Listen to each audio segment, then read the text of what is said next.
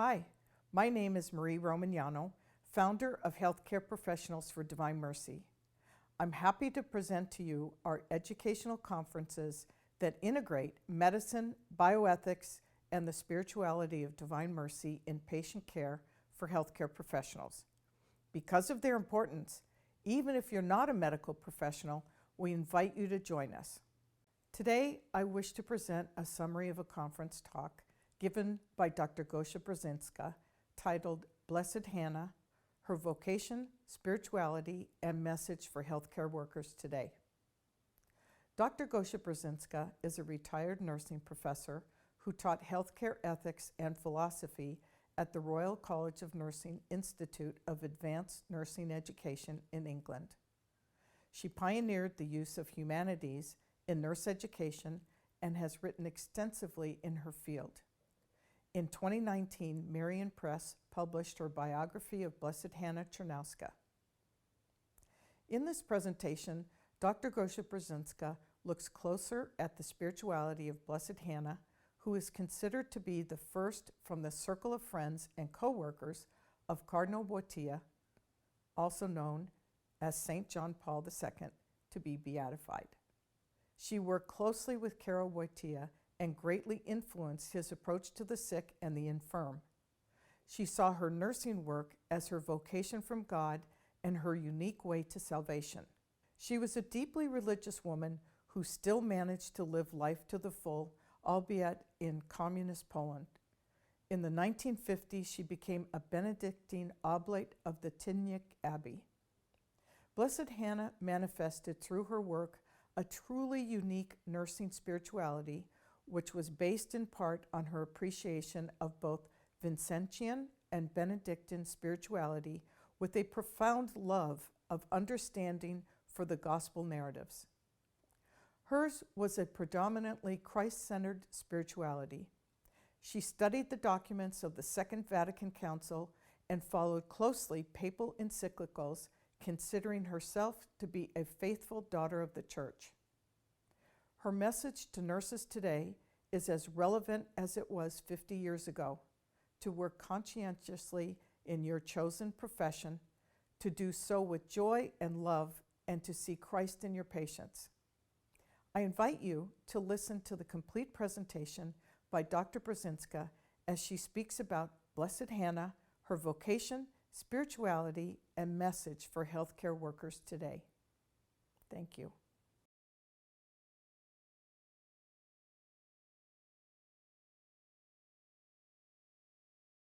Good morning. Hopefully you can hear me. This morning I want to elaborate a little bit about Hanna Chrzanowska's nursing spirituality. I think it's the first time in the records of the Church that we can talk about a nursing spirituality. Usually it's Benedictine, Franciscan, Marian, various. But how can you have a nursing spirituality? But this is how we are approaching the gift to us, who is Hanna. Somehow we go from looking at the life of a woman who wanted to be a nurse, contributed to the development of nursing in Poland, is now part of the history of nursing of Central Europe. How do we move from that, which is very secular, it's beautiful, it's noble, it's historic, but how do you move from that to having a place in a stained glass window? Something happens in between that is of a different order. Well, there were obviously many influences on Hanna. She was endowed with a lot of gifts. She was very artistic, she had a flair for writing, she enjoyed music, and she loved nature and walking in the hills. That was her character. That's what God endowed her with. And it's what she did with that ultimately led her to sainthood. The other area that contributed to her spirituality was her friendships. She managed to make great friendships and friendships that shaped her. She allowed herself to change under the influence of meeting various people. One of them being Maria Epstein, herself now a candidate for sainthood, Maria Starowiejska, who went to school with her and wrote books with her, and so on. Another influence in her life was St. Vincent de Paul, and we will look at that in a minute. She was also very taken in by the work of servant of God Piotr Skarga. He was a Jesuit from the 17th century, I think it was 17th, maybe the end of the 16th century, who founded confraternities of mercy in Poland. He was also a great writer of sermons and chronicler, and he was chaplain to the king. But this Piotr Skarga managed to use the Polish language to enthuse people with love of God. You know, you take your gift, and it's like, what can I do to make my gift something to promote the kingdom of God? And Hanna was very taken in by him and comments on him quite a lot. She was also influenced, as I was said yesterday, by Benedictine spirituality. She became a Benedictine oblate. There aren't many records of her Benedictine thinkings and thoughts. We don't even have the certificate that she signed and left on the altar in Tyniec Abbey. That was burnt, that was destroyed. People didn't want any record. This is heavy times of communism. The least people know, the least evidence, the better. However, what has survived is her oblate medal, and of course people who knew that she was an oblate, so it's not that that's in doubt, but there are no physical records in fact left. And last but not least, as she develops over time in her spirituality, she becomes grounded in scriptures. Hanna was a woman of Vatican II. She took it hook, line and sinker. She said, yes, I want to live the scriptures. I want to be liturgical. She read every single synodical document there was. How she managed to do that, I don't know. But even the bishop at the time, Karol Wojtyła, was amazed at her information of what was coming out of Rome at that time. So this is just to now kind of elaborate a bit. Her love of the arts. You've got the theatre in Kraków. People say that to the end of her life, if there was a premiere at the theatre, she was in the front row. This is a woman that lived life to the full. She enjoyed music, she enjoyed Beethoven, and she enjoyed listening all her life to classical music. And she enjoyed the arts, and that's just a Polish painting.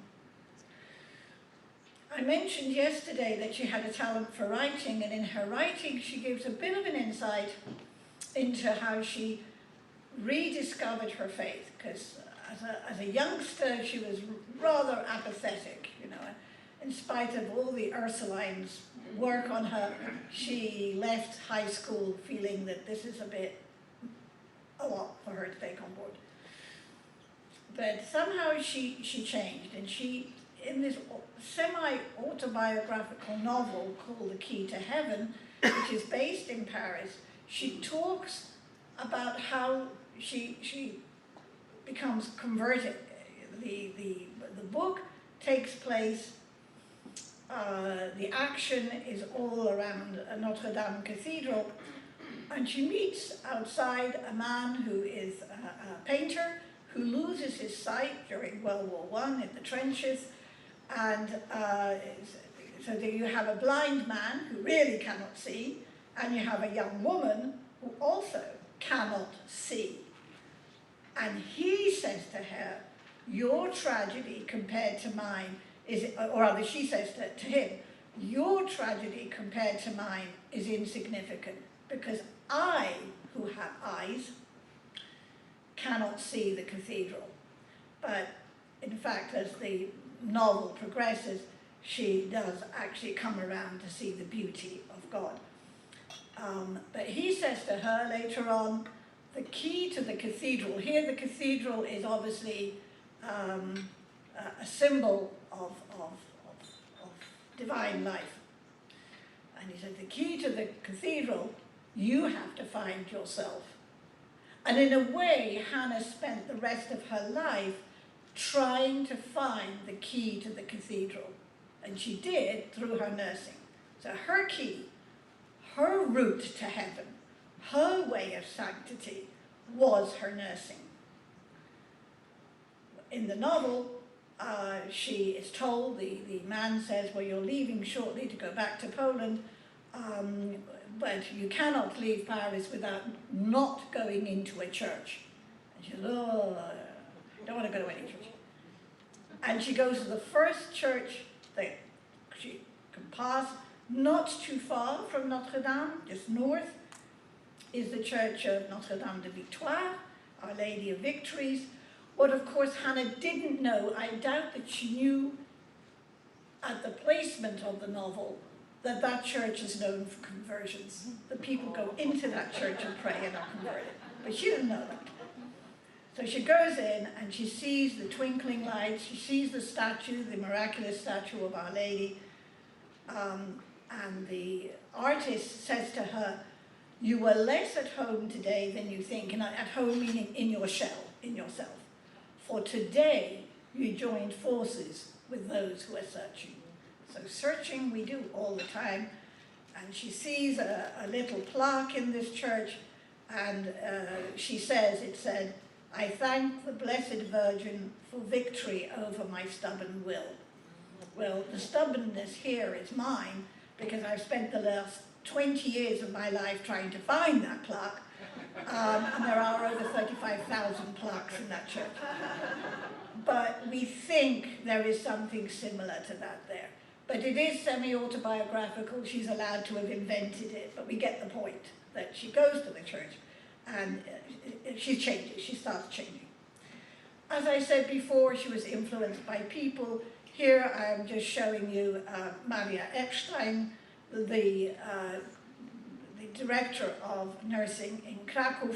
Now, of course, in Krakow, people joke and they say, just like in the old days, we would go to Aniela Salava, who was a servant girl and now a beatified person, you know, blessed Aniela Salava. So just like we would go to the servant girl and pray for the canonization of Queen Jadwiga, which did happen, we are now going to Hanna, who was the teacher of nursing, for the beatification of her boss, who was Maria Epstein. So it's a repeat of divine calculations here. So here is servant of God Maria Epstein. She resigned from being a director of the School of Nursing, became a cloistered Dominican nun, and now, as I say, now the nurses are praying to both. They're praying to Hanna for the beatification of Maria Epstein. Maria Starowiejska I talked to you about yesterday, who had a huge impact on Hanna. And again, we never should underestimate our friendships, what we can do through friendships. You don't need to, you know, give sermons to your friends. Just be yourself. Maintain friendships. It is terribly important not to cut people off, because people can get turned off very easily. You know, be who you are, but maintain your friendships, and God will do the rest. And as I said, she was influenced a lot by the spirituality of Vincent de Paul. That's a bit difficult not to be. He is a great hero of all healthcare workers. And the famous quote, "Go to the poor and you will find God. For he said, inasmuch as you have done it to one of the least of my brethren, you have done it to me." And Hanna really took this to heart. This is a portrait of Piotrowska, the Jesuit that I mentioned, that she was very much impressed by and under his influence. And this is just a little quote of his, because he wrote beautiful literature. You know, he wrote poems and sermons and all that stuff. And he says, faith without good deeds is like a tree that bears no fruit, or love like a mother without children, and prayer like a bird without wings. So I think you can understand how she really, being a sensitive soul and very, very prone to writing beautiful literature, she would be impressed by his writings. So she becomes a Benedictine oblate, and it is interesting if you read the small rule of St. Benedict, the emphasis in the rule on charity. And St. Benedict says, right in the beginning, in fact, of the rule, before all and above all, attention shall be paid to the care of the sick, so that they shall be served as if they were Christ himself. And of course we know about Benedictine hospitality, where you never know if you might be entertaining angels. But Hanna, as her oblate name, chose Clare, which is quite unusual, because usually you would take a Benedictine saint to be your patron as a Benedictine oblate, or at least an apostle or something. But she chose St. Clare. That admiration and that love of Assisi stayed with her. You know, it is actually quite strange that she did that, but there you go. And that beautiful quote of St. Clare, we become what we love, and who we love shapes what we become. And she loved her work, and she loved her patients, and she became identified with that work. But I think the kind of work that she saw was not just a one-off doing. There was this idea that I have to also help people to help themselves. And I just really like this sketch, one of Rembrandt's sketches of Christ. He's healing, but he's actually lifting up. He's saying, stand up, I will help you stand up. I find it rather one of my favorite pictures of Christ. And so it was in front of this altar, as I said yesterday, that in 1957 she began what is considered her most beautiful work, the parish nursing work. And I think you really have to put yourselves into this 1960s communist country where things are grey and dark and miserable, and go into the basements. And this is a classic picture. This woman had cancer of the face. Half the face was eaten by the cancer, and Alina is here trying to put some, sort out the stove. They did total care. You know, this wasn't just go in, do a dressing and leave. You know, they made sure that the patients had something to eat, that there was warmth, they would tidy it up. You know, there's quite a bit in the book about how this work was done. It's impossible for me to describe, you know, all the things that they did. But it was an amazing kind of effort. Hanna, at one point, says, we realized that we were carrying Christ's cross. We were helping Christ carry his cross. She was very aware of the role that she was taking, and she was asking her nurses to take. Another kind of quote another thing that she kept saying would be, what privilege it is for us as nurses. We, in the place of Christ, are looking after Christ in the sick. So there was like a duality there, a mirroring. We are Christ going to the sick, and the sick also are Christ. Let's take some theology there. And she said, I was walking down Chrzanowska Street, anybody who knows Krakus knows where it is. It's a big main thoroughfare. And he just came to me. I am helping Christ carry his cross. And that's another one of Alina looking after a patient. I mentioned her work with the students, and that, you know, it was mentioned earlier today that all saints have sufferings. You know, we keep thinking that everything went smoothly for her. I mean, she was charismatic. People wanted to work with her. She was delightful, you know, yeah. But she also had disappointment, you know. People didn't always show up when they said they would. They would say they would go to a patient and they didn't, and so on. The same with the students. But one of the students that worked with her subsequently, well, he died, and now he is himself a servant of God. So what is interesting is the way she managed to surround herself by people of faith and how they interacted with each other. I mean, they also say that Hanna is one of the first of the circle of John Paul II to be beatified. You know, she embodied the works of mercy, and she encouraged other people to be merciful. She was a person very much grounded in the love of the Eucharist, went to daily Mass in the Carmelite convent opposite her flat. In Trebini, where she ran retreats for the handicapped, which of course were not silent retreats. If you were in a basement room 24 hours a day for a whole year, and you have nobody to talk to, you've got enough solitude for a Trappist monastery. She took these people out of these environments, took them to Trebini, and got the students with their guitars to do them a singing retreat. This was all singing, all dancing.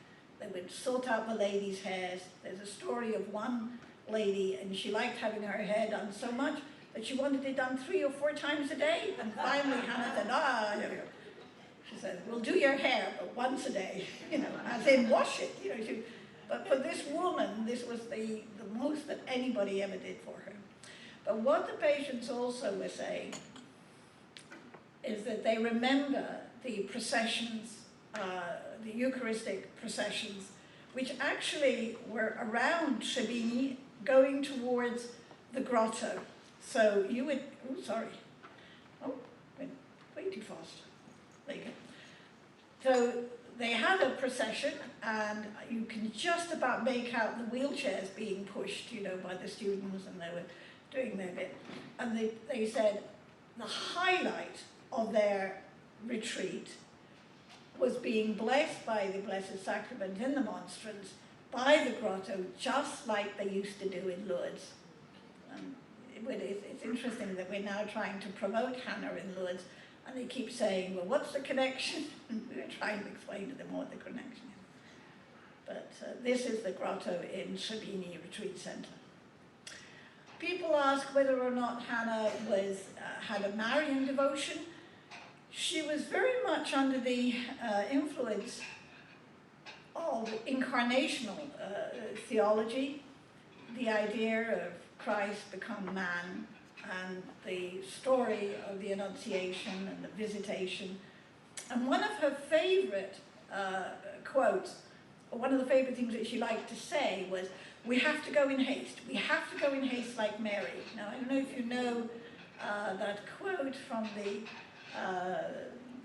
Gospel, but there are many versions of obviously the Bible, and the closest I can think of is the King James Bible. But in Polish, there was one very early version written in the 16th century, and she would quote that particular version of it, this going in haste, but it wasn't a word like haste, it was more quaint. But the point is that she took it to heart. Our patients don't need us in 5 minutes, in 10 minutes, in an hour, they need us now. It's like, go in haste, go now.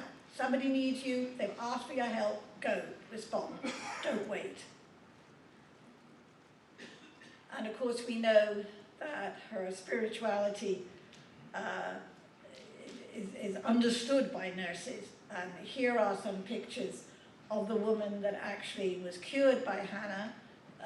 She is the one in the black skirt in the top picture. They are both there in Tignes, standing in the grounds of Tignes Abbey. In the bottom picture, she is in the middle with some community nurses, and in the other photograph, Sofia Schlendak is talking to some students. And the miracle was interesting in that Sofia Schlendak had been a member of a secular institute, but she had left the secular institute, which in and of itself is not the worst thing to happen, but she then left the church and married a divorced man.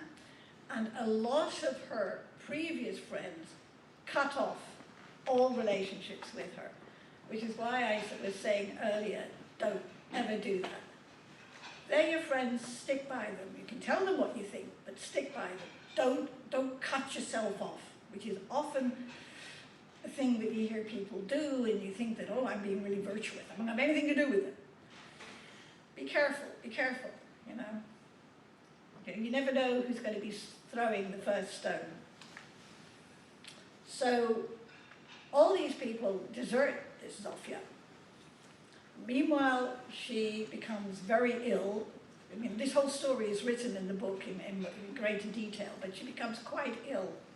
So you have this nurse who knew Hanna, worked with Hanna, cooperated with her, who is removed from the church, becomes very ill. And one day she goes to visit her now dead husband in the cemetery, and she passes Hanna's grave, and she thinks, oh, well, maybe I'll say the Our Father, and realizes all of a sudden that she's forgotten the words to the prayer.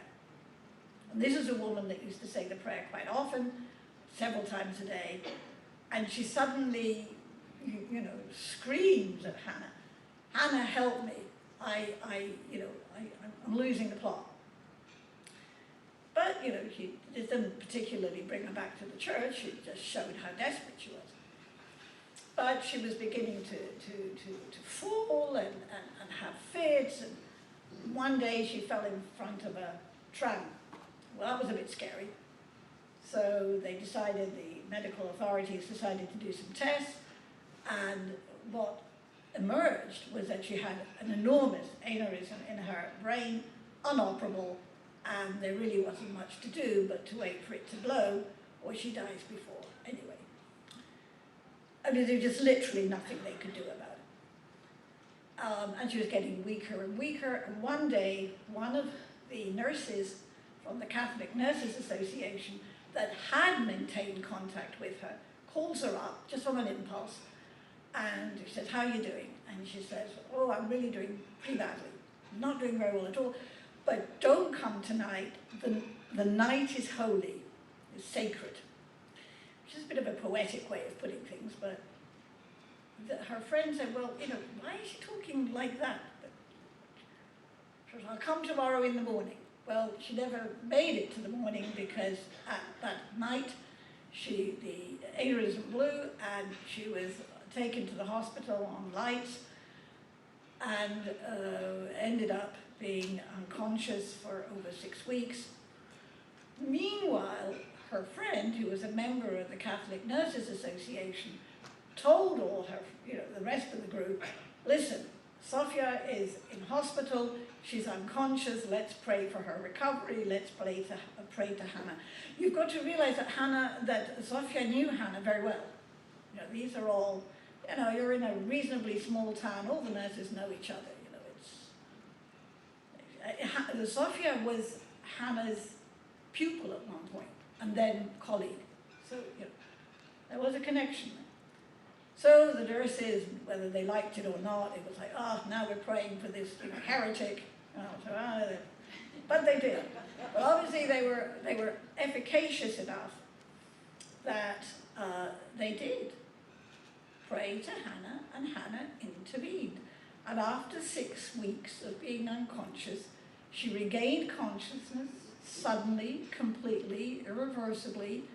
There is no residual damage, nothing. And the doctors are looking at these scans and are saying, but, it's not just the aneurysm, but she was having fits, she was having, damage to her brain over a long period of time. People just didn't know what was going on, but nothing. Perfect brain scans. And that was accepted as the miracle. The other thing which is interesting to note is that it's due to Sophie, it was this Sofia Schlendak's comment to the nurses early on after the death of Hanna. We should really pursue the beatification of Hanna. But of course nobody took any attention to her because she had left the church. So, but the one person who did was Piotr Ostrowski, who was had been prior at Tyniec Abbey, and then was asked to take over the restoration of a Camaldolese monastery, subsequently dying in Italy as a Camaldolese monk. And he's a candidate for sainthood if there ever was one. A very interesting man. But he didn't leave Sophie either. So here you have an example where if everybody had rejected Sophie, we wouldn't have had a miracle. So the ways of God are wondrous and wise. So I just want to kind of finish off with reading a quote of Hanna's. There's many quotes in the book, and I would like you to buy it, because I want you to spread the news about Hanna. So I have a vested interest here, I'm sorry to declare my vested interest.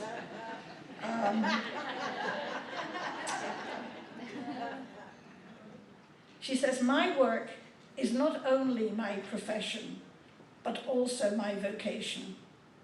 A vocation which I have come to appreciate as I fathom more deeply and internalize more particularly the words of Christ. I have come not to be served, but to serve. And just to leave you with one last thought, she says, let us not just think about fighting evil.